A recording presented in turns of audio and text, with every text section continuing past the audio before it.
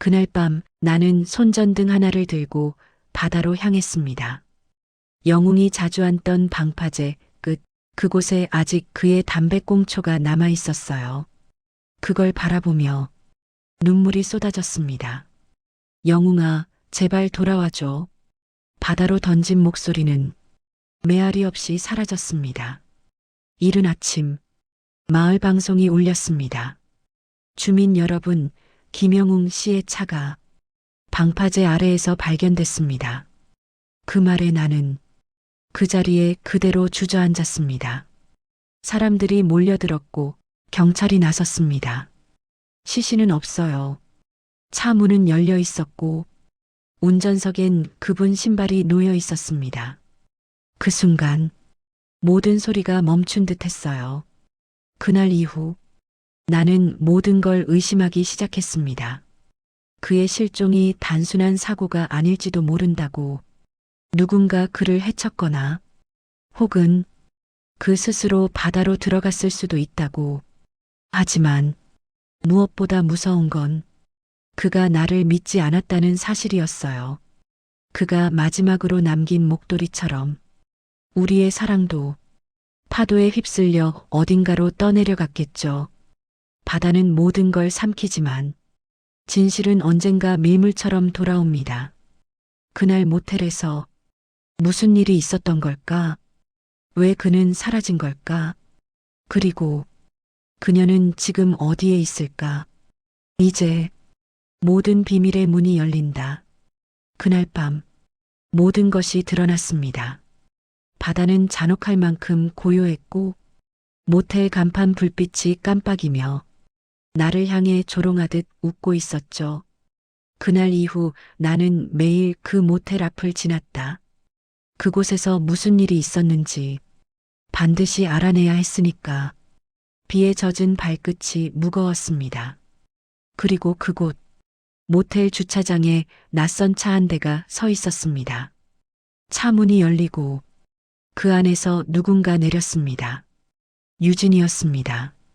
모텔 앞 마주 선 두 여자. 유진 씨, 윤정 언니 이렇게까지 할 필요는 없었어요. 그럼 왜 다시 여기 온 거예요? 그녀의 눈동자가 흔들렸습니다. 그리고 그 뒤에서 또 한 남자가 내렸습니다. 서진? 그 남자, 영웅의 가장 친한 친구이자 어촌계 총무였던 서진이었습니다.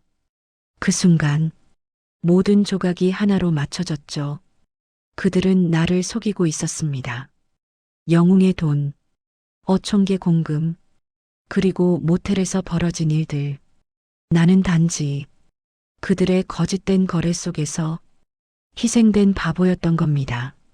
그날 모텔에서 영웅 씨가 우리한테 소리쳤어요. 유진이 말했다. 공금건으로 경찰에 말하겠다고. 서진 오빠가 다 해명하려 했는데 그분이 먼저 뛰쳐나갔어요. 그래서 바다로 간 거야? 그녀는 고개를 숙였습니다. 몰라요. 하지만 우리 둘 다 그날 이후 아무 말도 못했어요. 사람들이 오해할까봐. 나는 분노보다 서늘한 체념이 밀려왔습니다. 그들은 진실을 숨겼고 나는 진실을 찾아 헤맸던 겁니다. 서진의 고백. 윤정 씨, 그날 영웅이 나한테 말했어요. 유진이 너랑 한패 아니냐고. 그래서 싸웠어요. 나도 그때 너무 화가 나서 밀쳤어요. 뭐라고요? 밀쳤다고요? 근데 진짜로 밀려서 계단 밑으로 굴러 떨어졌어요.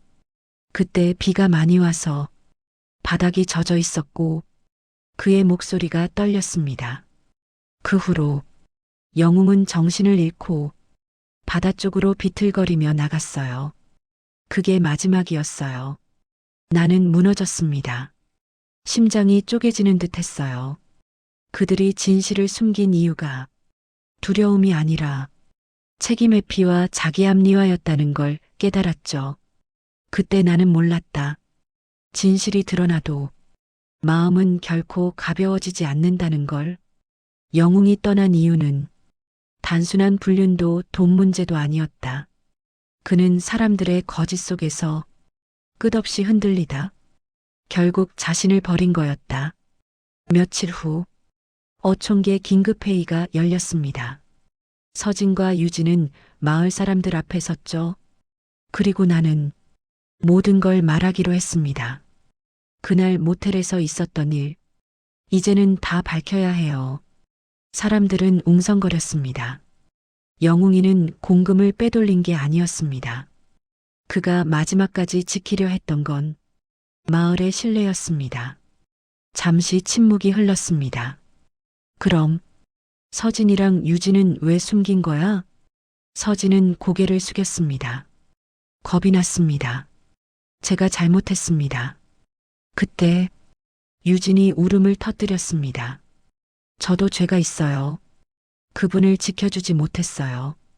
제 욕심 때문에 모든 걸 잃었어요. 마을 사람들은 숨을 죽였습니다. 회의가 끝난 후 나는 혼자 바다로 걸었습니다. 비가 다시 쏟아졌고 바다는 검은 잉크처럼 일렁였죠. 그때 파도에 밀려온 무언가가 있었습니다. 작은 목도리 한 조각. 내가 그에게 선물했던 그 목도리였습니다. 나는 그걸 꼭 끌어안았어요. 영웅아, 이젠 내가 왜 떠났는지 알 것 같아. 우린 서로를 미워하면서도 끝내 사랑했던 사람들이었지. 바다는 모든 걸 삼키지만 거짓은 결국 파도 위로 떠오릅니다. 서진은 어촌계를 떠났고 유진은 도시로 돌아갔습니다. 그리고 나 윤정은 다시 업한장 일을 시작했죠. 사람들은 여전히 나를 조용히 대했지만 이제 나는 두렵지 않았습니다. 왜냐면 진실을 마주한 사람은 더 이상 거짓에 휘둘리지 않으니까요. 새벽 바람이 차가웠습니다. 그때 바다 건너편에서 낡은 어선 한 척이 들어왔습니다. 윤정 씨, 저기 저 사람. 사람들이 소리쳤습니다. 그 배 위에서 젖은 옷차림의 남자가 천천히 걸어내렸습니다. 영웅이었습니다. 그는 초췌했지만 살아있었어요. 나는 말없이 그를 껴안았습니다. 그의 어깨는 차가웠고 눈가엔 깊은 주름이 새겨져 있었죠. 왜 이제야 왔어요? 그는 힘겹게 웃었습니다. 미안해. 모든 게 다 무너지는 게 두려워서 살아있다는 게 죄처럼 느껴졌어. 그의 손이 떨렸습니다.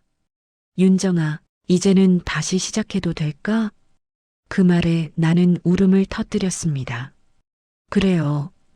우리 다시 살아봐요. 그날 이후 우린 다시 업한장에서 함께 일했습니다. 서로를 향한 미움 대신 작은 미소로 하루를 시작했죠. 사람들은 여전히 수군댔지만 우리는 아랑곳하지 않았습니다. 그의 눈빛 속엔 진심 어린 후회가, 내 마음엔 늦은 사랑이 다시 피어났습니다. 사람의 마음은 파도처럼 흔들리고 진실은 모래 속 조개처럼 묻히지만 결국 빛나는 건 사랑과 용서뿐이더군요. 그날의 폭로와 눈물은 우릴 무너뜨린 게 아니라 다시 일어서게 만들었습니다. 바다는 여전히 변덕스럽지만 이젠 두렵지 않습니다. 그 바다 위에서 우리는 서로를 다시 찾았으니까요.